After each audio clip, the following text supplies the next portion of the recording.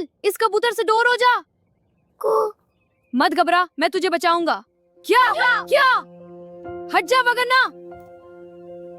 I'm not sure I can do it. You can do it. Just focus. Okay, I'll try. Yes, I hit it. दादी जान, ये जख्मी कबूतर। हाँ बेटा, मगर अब ये खतरे की जद से निकल आया है। सच में? हाँ बिल्कुल ठीक है। शुक्रिया दादी जान। दादी जान ने जख्मी कबूतर खतरे की जद से निकला है। वाह बेटा, तुमने बहुत अच्छा काम किया। हाँ दादी, मैंने इसे बचा लिया। तुम मेरे बहादुर बच्चे हो। शुक्रिया दादी जान। बड़ा मेहरबान नहायत रहम वाला है। सब तारीफ अल्लाह के लिए जो जहानों का पालने वाला है। अस्सलाम वालेकुम मेरा बेटा। अलैकुम सलाम अब्बा। हमजा बेटा खुश आमदीद। शुक्रिया अम्मी, बहुत अच्छा लग रहा है घर आकर। अब्बा आप बहुत लंबे हो। हाँ महरफान, से तुम वाकई लंबे तरंगे हो गए हो। कबूतर उड़ता हुआ आया और लंबे आदमी के कंधे पर जा बैठा। वाह वाह, ये साइकिल बिल्कुल नहीं है।